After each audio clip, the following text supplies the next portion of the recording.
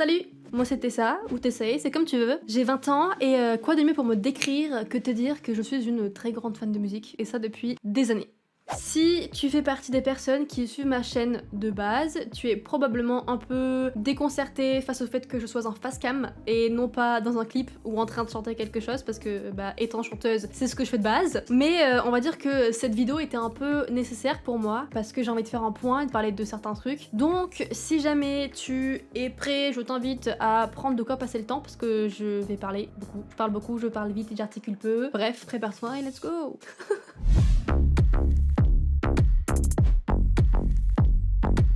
Comme je t'ai dit tout à l'heure, je suis une grande fan de musique depuis un moment maintenant et je pense que tout ça démarre depuis ma tendre enfance dans le sens où ma mère a toujours été une femme qui était passionnée de musique et qui chantait beaucoup, qui prenait des cours de chant, qui emmenait mes soeurs et moi à la voir chanter, etc.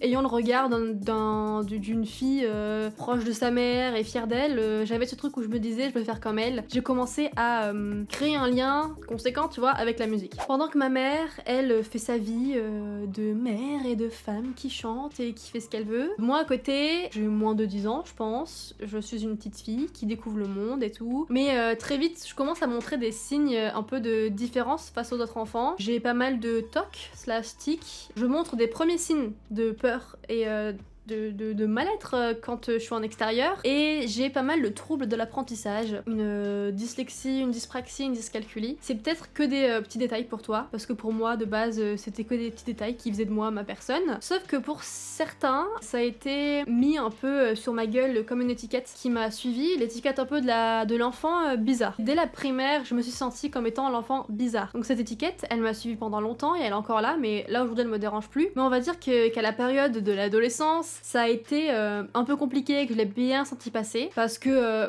honnêtement je connais très peu de personnes qui m'ont dit moi mon adolescence c'était génial, j'ai aucun trauma, j'ai que des bons souvenirs. Si c'est ton cas, génial, bravo à toi, tu fais probablement partie de l'élite, mais moi c'était pas le cas du tout, au contraire.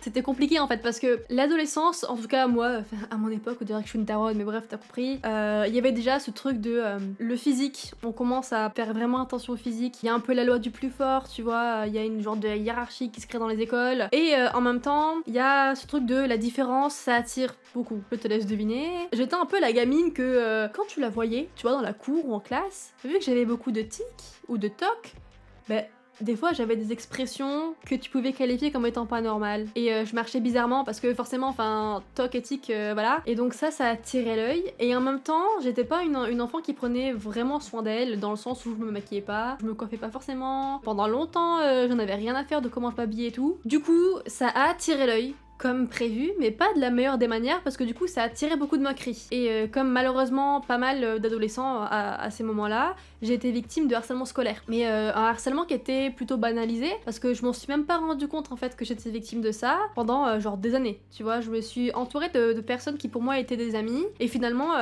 c'était pas de vrais amis ou du moins c'était une relation à sens unique parce que du coup moi je me donnais pour des gens qui en échange se moquaient de moi en continu par rapport à qui j'étais humainement et par rapport à mon physique. Et étant donné que j'avais grandi avec ce truc là à l'école, j'ai pas pu apprendre à me défendre. Du coup ce que je faisais c'était je me moquais de moi-même avec les autres pour pas être exclue. Je laissais les autres me manquer de respect parce que je me disais c'est comme ça en fait, il y a un rôle à avoir à l'école, quand on est dans des groupes il y a un rôle à jouer et moi je joue le rôle de l'enfant un peu clown, pas l'enfant clown qui peut faire rire les autres par plein gré tu vois, mais l'enfant clown qui fait rire les autres sans le vouloir parce que certains l'ont pris un peu en tant que victime entre guillemets. À cette période là en fait quand j'étais plus jeune, j'ai toujours eu un regard sur le monde qui était un peu trop gentil. Je me range dans la catégorie des enfants qui étaient trop gentils en fait. Pour moi le monde était tout beau tout rose. Genre j'étais gentille, du coup pour moi tout le monde l'était autour. Les gens pouvaient pas être au fond vraiment méchants et vouloir du mal à quelqu'un. Et je pense que c'est pour ça que je me suis pas détachée des personnes qui étaient pas cool avec moi, parce que je me dis c'est pas... Enfin, ils sont comme ça, c'est tout, c'est pas grave. Du coup j'ai subi, c'était peut-être mon inconscient qui prenait toutes les remarques, toutes les humiliations en boucle et tout. Et au bout d'un moment, mon corps a compris qu'il y avait un souci et il a commencé à me lancer des symptômes en fait.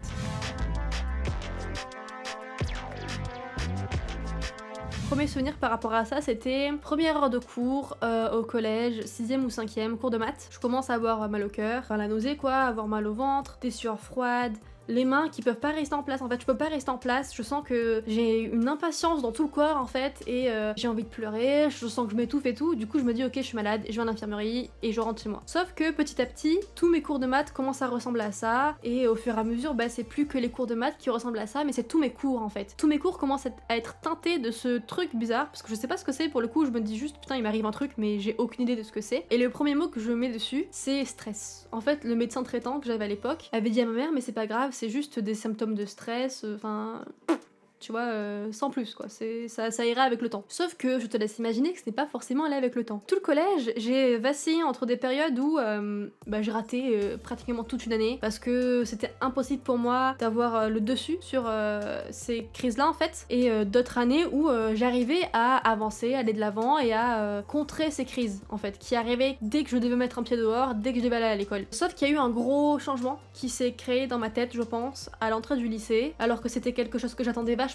Mais en fait, je pense que j'ai tellement flippé un peu à l'idée d'entrer dans un nouvel établissement scolaire et que j'avais tellement peur en fait un peu des gens qui avaient autour de moi que j'ai recommencé à faire ces crises là, sauf qu'elles étaient plus fortes, elles duraient plus longtemps. Là, j'avais pas mon mot à dire dessus en fait. C'était vraiment un truc qui me prenait et qui était pour moi impossible à gérer. Il fallait vraiment que je sois seule, que je rentre chez moi parce que c'était plus vivable en fait. Et du coup, collège et lycée, il y a vraiment eu un déclin qui s'est fait dans ma santé mentale, au point où vraiment à un moment au lycée je pouvais plus mettre un pied à l'extérieur de chez moi, et à ce moment là avec mes parents on s'est dit il y a peut-être un souci, et je me suis fait suivre dans un hôpital psychiatrique pour adolescents à Marseille.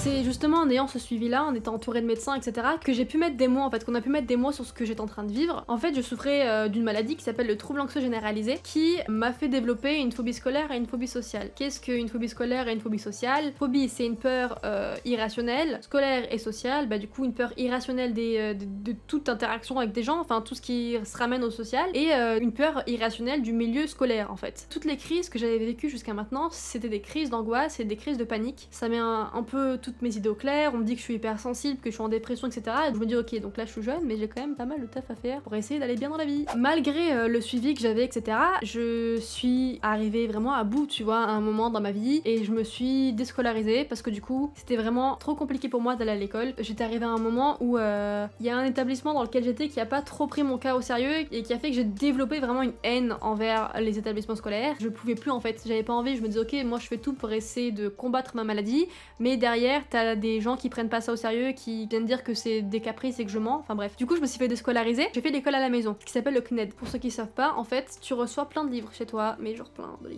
de livres, et t'as pas forcément un rythme à suivre. Tu peux décider d'en avoir un ou pas. Moi j'avais un petit, enfin quand même des limites, dans le sens où à un moment dans l'année, il fallait que je rende tel nombre d'évaluations sur telle thématique, etc. C'était à moi de décider de quand je voulais réviser, de quand je voulais faire mes évaluations. Sauf que évidemment, j'ai mon cahier d'évaluation, j'ai l'ordinateur, internet, je triche facilement. Je suis enfermée chez moi, je ne sors pas. J'ai beaucoup de temps, mais je l'utilise pas du tout pour taffer en fait. Je vais pas du tout me mettre à fond dans l'école, au contraire, alors que j'ai toujours été une élève qui était plutôt bonne, tu vois, j'avais plutôt de bons résultats malgré mes problèmes. Là, j'ai décroché totalement en fait.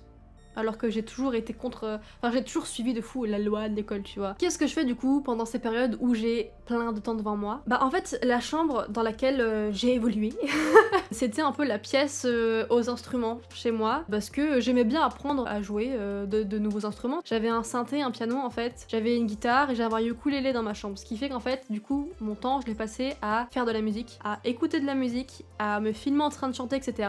Et à ce moment-là, la musique a pris une notion très thérapeutique pour moi, et je me suis mis à fond dedans, je postais des covers et tout sur internet, enfin bref, j'ai commencé à développer ma petite vie sur les réseaux, la musique a commencé à être un peu genre le trait principal de ma personnalité. Je fais un throwback comparé à tout ce que j'ai pu dire avant. Là on est en 2017 et il y a une personne qui fait son arrivée qui est vachement importante, le futur manager. C'est le futur manager. Le futur manager, je suis en contact avec lui en fin 2017. Il me donne plein de soutien, il me conseille et tout, sauf que on perd contact pendant bien 1 an. Et pendant ces 1 an là, j'ai un peu la haine de plus être en contact avec lui, du coup je me dis bah tu sais quoi, je vais faire du son et mon taf va remonter jusqu'à ses oreilles et il verra, tu vois. Et clairement c'est ce que j'ai fait en fait, j'ai fait plein de covers, j'ai posté mes premiers sons sur internet et tout, et on reprend contact comme ça en fait parce qu'il retombe sur mon taf en 2019. Et 2019, on commence à travailler ensemble, il me met en contact avec des gens, un gars qui s'appelle Clefman, qui est un compositeur de malade, de fou, incroyable, du futur, magnifique, trop fort quoi. En fait, quand on a commencé à travailler ensemble, tout s'est rapidement enchaîné. Dans le sens où on commence à taffer ensemble avril-mai 2019 et septembre 2019, je signe en maison de disques. Donc je signe chez Vagram, une maison de disques indépendante, dans le label Belém. Je commence, du coup, je signe en label et tout. Arrive un truc que j'ai pas l'habitude de vivre. On me met un peu au centre de l'attention et on demande à ce que je prenne des décisions, que je sois un membre actif, tu vois, de ce que je veux faire dans la musique, avec toute l'équipe avec laquelle je travaille. Là, on crée, en fait, il y a la naissance du projet Tessae qui arrive comme ça. On commence à sortir nos premiers sons tous ensemble et tout. Premier confinement, donc là on passe en 2020 directement. Premier confinement, j'ai un son qui sort qui s'appelle Bling. Bling, c'est un son qui sort un peu de nulle part et qui est vachement différent de ce que je fais habituellement et de ce que je veux faire au fond. C'est un truc qui rentre pas dans les codes de ma musique. Je le fais juste un peu en mode ok, je me mets un défi de faire un son comme ça pour m'amuser et tout parce que la musique pour moi c'est un truc dans lequel je m'amuse et tranquille. À ce même moment, premier confinement, il y a l'essor d'une plateforme qu'on connaît tous aujourd'hui. Vu qu'on se retrouve tous enfermés, évidemment qu'Internet prend une place méga importante. Et TikTok prend sa place de gros réseau et tout, tu vois. Sans que ce soit prévu en fait, grâce à une TikTokeuse, Lena Vivas, Bling commence à marcher sur les réseaux et du coup il y a plus de personnes que prévu qui vont l'entendre. Parce qu'il y a un challenge qui se crée autour et tout, je passe en radio avec ce son-là, etc. Ce son-là me met en fait... me fait monter aux oreilles du grand public. Sauf que de nulle part, il y a un bail là-bas là. Le bail il vient de là-bas, il m'attend de là-bas. Ça c'est l'image de l'étiquette. L'étiquette là, elle fait ça. Je ferai pas parce que je suis maquillée, mais les frères, l'étiquette elle s'est forgée sur mon front. C'est bon pour vous? Rap. Rap, on m'a écrit rappeuse sur le front. Gros disclaimer avant de continuer. Je n'ai rien contre le rap, mais genre rien du tout. Mais je n'ai jamais dit faire de rap. Je ne fais pas de rap et on a mis l'étiquette rap sur ma musique et du coup je me sens pas légitime de dire que je fais du rap parce que du coup j'en fais pas. Même en fait ça véhicule de fausses informations sur mon projet parce que je chante, je suis chanteuse. Du coup là pendant des années, enfin genre plus d'un an, on m'a quand même dit que j'étais rappeuse, du coup ça m'a agacée, tu vois. Mais rien contre le rap en soi. J'avais beau essayer de dire je ne suis pas rappeuse et tout, la presse peut faire ce qu'elle veut de ce que tu vas dire, tu vois. Et du coup c'était un peu agaçant parce que j'essaye de rétablir la vérité sur mon projet mais ça marche pas. Forcément du coup quand des gens vont tomber sur ce que je vais faire et tout, le mot qui vient décrire mon projet derrière c'est le mot rap. C'est-à-dire que carrément je suis référencée partout en tant que rappeuse, dans des playlists et tout, je suis rappeuse et tout, ce qui du coup moi ne me colle pas je trouve par rapport à ma musique. Et malheureusement en fait je réagis pas de la meilleure des manières face à ça. Je suis jeune, c'est mes débuts dans la musique et tout, je sais pas dire non, genre je suis jamais allée contre les gens en fait. Du coup, je me plie à ce qu'on va dire de moi et ce qu'on va attendre de moi et du coup je me dis bah ok les gens s'attendent à un truc, je vais pas faire du rap mais je vais rentrer dans ce qu'ils veulent que je fasse. Parce qu'en fait j'avais peur de décevoir les gens qui me connaissaient grâce à Bling qui du coup se disaient ok c'est une rappeuse et j'avais peur aussi de me dire bah là la musique c'est super compliqué de faire un truc dedans, là j'ai une chance et j'ai pas envie de la louper du coup je me jette dessus. Du coup, ce que je fais, c'est que je reste bien un an comme ça à rentrer dans la case qu'on est en train de me créer par rapport à ma musique. Après Bling, j'ai sorti un projet qui s'appelle Saison et il y avait des sons qui avaient aucun lien avec le rap et qui étaient quand même référencés comme étant des morceaux rap. Forcément, moi ça m'a mis mal. Je fais mon maximum pour essayer de me faire entendre par des êtres humains, parce que du coup je parle avec des êtres humains en face. C'est des personnes qui vont pas forcément être très réceptives à ce que je vais leur dire et qui du coup vont dire un peu ce qu'ils veulent sur moi, etc. Je commence à tomber dans des problèmes d'image face à moi-même parce que du coup je sais pas où me placer en tant qu'artiste et en tant que personne à part entière, en tant que Tessae, en tant que Tessa, je savais plus où mettre parce que je me disais mais en fait j'ai pas le droit d'être qui je suis au fond parce que je suis partie trop loin dans ce que disaient les gens de moi. Du coup j'ai pas le droit d'arrêter et de tout stopper. Et en plus de ça, il y avait du coup Bling qui fonctionnait sur les réseaux. TikTok c'est une plateforme qui à la fois peut porter énormément mais peut descendre aussi de fou, dans le sens où je me suis reçue vachement de haine, mais ça c'est internet.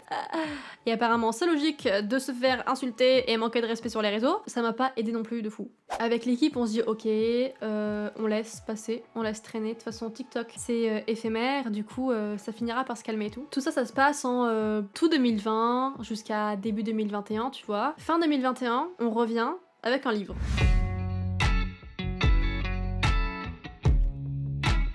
La période entre Bling et le livre, je me suis posée, j'ai commencé à réfléchir en me demandant en fait finalement qu'est-ce que je veux faire moi dans la vie, qu'est-ce qui m'intéresse à faire. Rapidement il y a cette notion d'aider les autres et de m'aider moi-même qui vient. Et c'est un truc que j'estime faire naturellement parce que je parle de santé mentale de base dans mes sons, parce que c'est un combat que je mène personnellement depuis des années, et du coup forcément mes musiques parlent de ça. Je sais que j'ai un public qui, suite à Bling, arrive et est assez jeune, etc. Et c'est un public qui a un profil qui peut être similaire au mien, donc qui a subi ou qui subit encore du harcèlement scolaire, qui est dans une phobie sociale, souffre de dépression, d'hypersensibilité, etc. Je me dis, ok, je suis sortie d'un gros moment de phobie sociale parce que avec le temps j'ai réussi à travailler sur tout ça et aller de l'avant et gérer et apprendre à me gérer en fait. Le fait de me lancer dans la musique, ça fait que tous mes soucis ont disparu pendant un moment, tout s'est arrangé pour moi sur le plan santé mentale, mais quand j'étais à fond dans tout ça, j'avais l'impression que j'allais jamais pouvoir m'en sortir et que ma vie allait se résumer à je vis chez mes parents, je ne peux rien faire, je ne peux pas travailler, je reste coincée chez moi, j'ai pas de contact humain et ce sera comme ça tout le temps.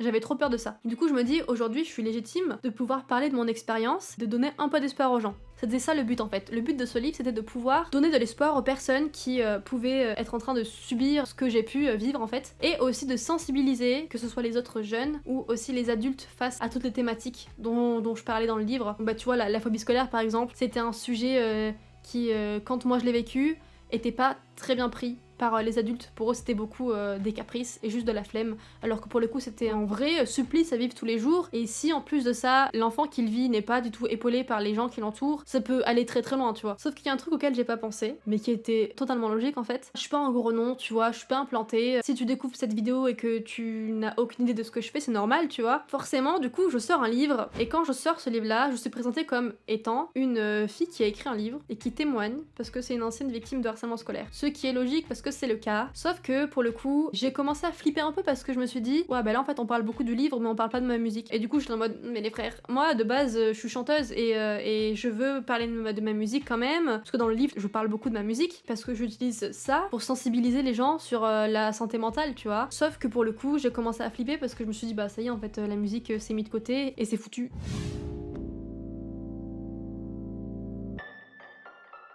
Et indirectement, en fait, je commence à devenir, entre gros, énormes, gigantesques guillemets, porte-parole du harcèlement scolaire, dans le sens où on me demande d'aller témoigner dans les écoles, etc. Ce qui me dérange pas du tout, hein. Vraiment, au contraire, c'est un honneur qu'on me demande des trucs comme ça et qu'on me place comme ça. Mais ce que je veux dire, c'est que c'est pas là où j'imaginais aller avec ce livre-là. Si on fait une rétrospective, je sais pas si ça se dit comme ça, peut-être pas, de tout ça, toute cette période-là. Du coup, ça dure de 2020 à début 2022. On est tous passés par les différents confinements, on s'est coupé en deux clans, les gens qui ont bien vécu le confinement, les gens qui ont mal vécu le confinement. Moi, j'ai fait partie de ceux qui ont mal vécu le confinement, genre ça m'a réveillé des bails et tout, en mode tu vas mieux, maintenant travaille sur ça, c'est pas soigné. Du coup, mentalement, je vais moins bien, et habituellement, je m'appuie sur la musique pour aller mieux. Sauf que, du coup, dans la musique, je me sens de moins en moins épanouie parce que j'ai pas l'impression de pouvoir faire ce que je veux, et j'ai pas l'impression d'être écoutée, de pouvoir être qui j'ai envie d'être en fait. Du coup, je commence à moins être épanouie, à perdre un peu ma passion pour la musique, et ça va pas en fait, tout simplement. Je trouve quand même un truc à faire pour pouvoir respirer et me vider un peu la tête durant toute cette période-là. Je commence à faire un truc en fin 2020 jusqu'à milieu 2021. Je me disais, ok, donc là, mon lien avec la musique et le fait d'être dans la musique, de travailler là-dedans est compliqué. Du coup, autant j'essaye déjà de travailler avec mon lien personnel avec la musique et essayer de recréer ce truc thérapeutique que j'ai avec de base, qui fait que la musique ça m'aide. Et du coup, j'ai commencé à écrire quand j'avais besoin d'écrire, sur les thématiques que j'avais envie de traiter. Je faisais des sons de la manière que j'avais envie de faire. Il y avait pas de structure, c'était pas grave. Le son n'était pas fini, c'était pas grave. Je disais de la merde, c'était pas grave. Juste vraiment, je me suis dit, fais du son pour faire du son, pour te faire du bien, et c'est tout. J'ai juste fait ça. Indirectement, quand j'ai commencé à le faire, je savais pas, mais du coup, j'ai écrit genre une trentaine ou une quarantaine de sons, je crois, et en triant tous ces sons-là, finalement, j'ai créé mon premier album, Sérendipité, qui est sorti il y a pas longtemps. Pour moi, Sérendipité, ça a été une prise de parole qui était méga sincère et méga importante pour moi parce que c'était un peu la manière de m'exprimer comme j'avais toujours eu envie de le faire et de faire un peu reset, une remise à zéro. Et mon truc, en fait, finalement, j'avais beau parler de thématiques lourdes et tout et garder un visage souriant et tout, finalement, j'allais pas bien, j'avais toujours des troubles sur le plan mental, etc. Et aussi, j'avais mon mot de la fin où là, je montrais que j'étais chanteuse parce que si t'écoutes mon album, c'est full chanté à fond et c'est impossible là de se dire, ok, t'essayes, c'est une rappeuse. Et j'avais ce besoin en fait de montrer ça parce que j'en avais marre qu'on divulgue de mauvaises informations sur mon projet musical.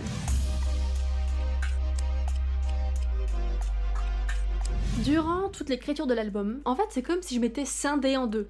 tu vois, il y avait la personne un peu en mode automatique qui vit sa vie, qui travaille dans la musique et tout, et la facette enfouie en fait de ma personne qui du coup était en train de se remettre en question et qui analysait son comportement et ses ressentis, et je suis venue à me poser la question, mais comment ça se fait que je suis passée de vivre mon rêve en fait à finalement une déception et un mal-être dû à la musique en fait. Comment j'ai fait pour faire en sorte que la musique me tire vers le bas? Très rapidement, j'ai vite compris le problème en fait. Enfin je pense, hein, peut-être que c'est pas ça et qu'un jour je vais me dire ok non c'est pas ça et tout. L'industrie musicale.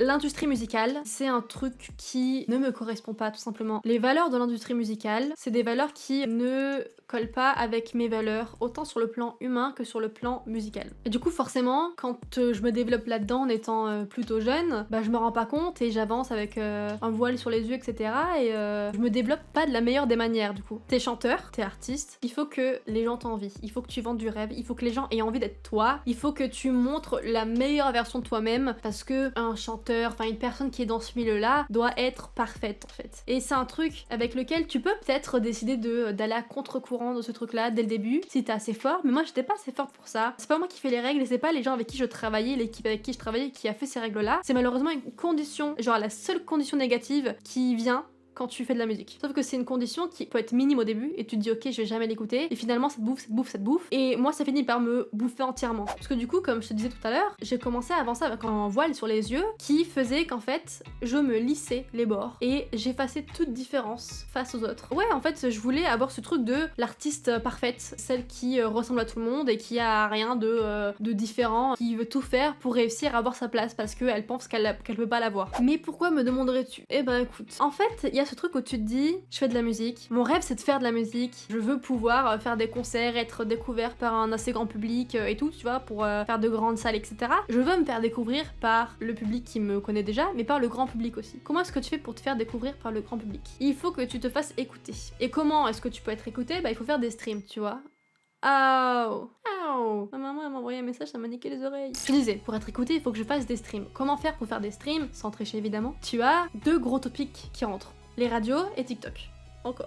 Les radios, c'est un domaine sur lequel je peux pas forcément m'exprimer à donf parce que je connais pas ça de fou et parce que c'est un milieu qui m'a l'air très compliqué. Mais ce que je peux te dire par rapport à ça, de ce que j'ai compris moi, pour passer en radio, il faut ou être un gros nom, donc un artiste qui est déjà implanté et qui du coup n'a pas à faire ses preuves, ou être un coup de cœur des personnes qui programment en radio, ou alors faire assez de streams pour genre te faire repérer et dire ok donc ce son là est en train un peu de monter, du coup il faut qu'on le passe en premier, etc. Tu vois. Mais comment est-ce que tu peux faire gonfler tes streams si tu n'es pas un artiste implanté, donc si tu n'es pas un gros nom, si tu n'es pas un coup de cœur musical? Il reste un truc, tu vois, c'est faire assez de streams.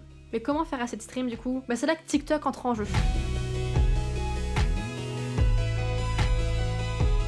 On a bien vu ces dernières années, tu vois, l'essor du coup qu'a fait TikTok et l'influence que ça a eu sur la musique. Le fait que ça ait fait péter des sons, par exemple prends ABCD de Gale, tu vois, genre, je sais pas si c'est ça le titre, mais ça fait péter le son de malade, et ça a même fait renaître des sons de l'époque pour que des personnes de nouvelle génération les entendent et les kiffent, tu vois. Faut que j'arrête de dire tu vois, c'est trop. Cracher sur la plateforme TikTok, ce serait méga malhonnête de ma part parce que Bling, sans que je le veuille en fait, a profité de toute cette influence de l'application. S'il y a un truc que je veux dire par rapport à ça, c'est que malheureusement aujourd'hui c'est inévitable en tant qu'artiste de faire une stratégie TikTok. Il faut que tu trouves un truc à faire, il faut que tu fasses une trend sur ton son, il faut que tu surfes sur la haine que tu peux te recevoir, il faut que tu trouves comment faire péter ton son sur la plateforme pour le faire péter en stream en fait. Et finalement, tout le monde veut jouer là-dessus, même les gros artistes, des grosses têtes de l'industrie, qui est en mode putain le label il me force à faire des TikTok sur mes sons en fait. En tout cas moi vraiment je trouve que ça sonne faux, ça te fait rentrer vraiment dans la case des sons TikTok et de toute manière TikTok ça fait des buzz éphémères, c'est-à-dire que tu arrives et tu descends aussi rapidement que t'es venu en fait. T'as pas le temps de te faire connaître, t'es juste en mode tu passes une tête, coucou c'est moi,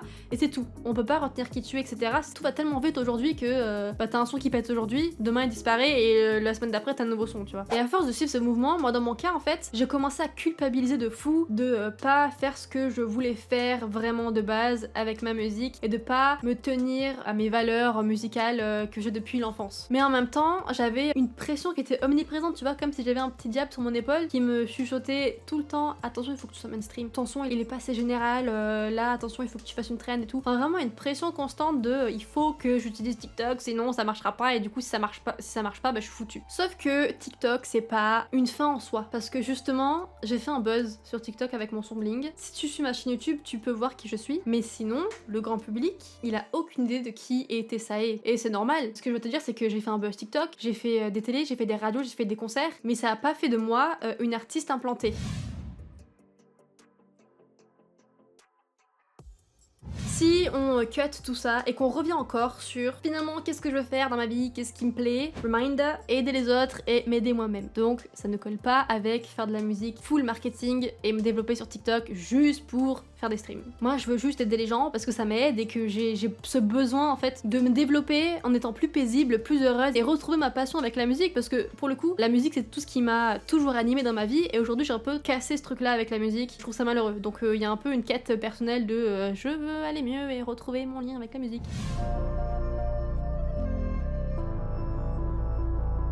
Et là arrive du coup le point de pourquoi cette vidéo. Si par exemple j'avais une to-do list que je tenais depuis ma naissance sur comment être épanouie, comment être heureuse et tout, les trucs qui me rendraient bien, tu vois. Il y aurait en premier je pense un truc que je veux faire depuis toute petite mais que j'ose pas faire, c'est tenir une chaîne YouTube. Mais pas forcément comme je le fais aujourd'hui, c'est-à-dire pas qu'avec de la musique, parce que je rêve d'être chanteuse et je travaille là-dedans, j'ai de la chance. Mais je suis une enfant qui a grandi avec YouTube, je me suis développée avec les youtubeurs qu'on a en grosse tête aujourd'hui, tu vois, j'ai toujours maté leurs vidéos et tout. Et je me suis toujours dit, ok, je vais faire pareil en fait. Je vais faire des vidéos YouTube où je veux parler de sujets qui m'intéressent, faire des concepts et tout, m'amuser avec les gens, faire plein de trucs comme ça. D'ailleurs, je te promets que si je retrouve mes premiers téléphones, c'est sûr et certain, dessus je retrouve des vieux challenges qu'il y avait à l'époque en mode trend, hein, c'est sûr et certain. Je passais mon temps à filmer des vidéos et me dire ok je vais le poster. J'ai jamais fait, j'ai jamais rien posté. Mais donc c'est vrai depuis toute jeune j'ai vraiment trop cette envie de tenir une chaîne YouTube et de finalement me faire plaisir et d'avoir vraiment la main sur ce que je veux dire et ce que je veux dégager de ma personne sur internet, tu vois. Parce que là le fait d'avoir une chaîne YouTube je le vois vraiment comme étant un truc qui me permettrait de créer et d'entretenir un lien méga sincère avec les gens parce que je suis en face cam et je parle directement. Je parle pas via la presse qui peut changer mes mots. Là je suis direct avec toi et je peux te dire ce que j'ai envie de te dire. Si je suis pas bien tu peux le voir, si je suis bien tu peux le voir. Enfin c'est un journal de bord, tu vois. C'est un truc qui m'intéresse vachement parce que j'ai trop envie de pouvoir créer un truc où il y a des rendez-vous, on se retrouve ensemble, où on se rend compte que ce qu'on pensait des différences en fait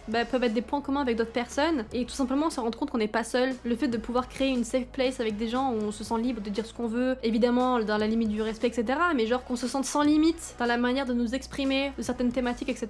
C'est un peu ça je pense le point final de cette vidéo là, d'avoir fait un résumé de tout ce qui s'est passé depuis ces 3 dernières années, 2 ou 3 dernières années, et que finalement aujourd'hui je pense que je vais me lancer à fond dans mon envie de faire des vidéos YouTube et en étant full sincère avec vous. Je fais cette vidéo là comme ça, je les jette, on verra ce que je vais faire par la suite. Si jamais c'est trop bizarre, c'est la première fois que je veux dire ça. Si tu suis pas encore la chaîne et que t'as envie de suivre tout ce qui peut se passer ici, qu'on devienne potes, parce que moi je me fais des potes comme ça, bah écoute tu peux t'abonner à la chaîne juste en bas, activer la notification, lâcher un pouce bleu et voilà en fait c'est parti les amis. Donc bah, je vous dis à la prochaine, see you guys. Oh là là c'est horrible, c'est horrible, c'est horrible.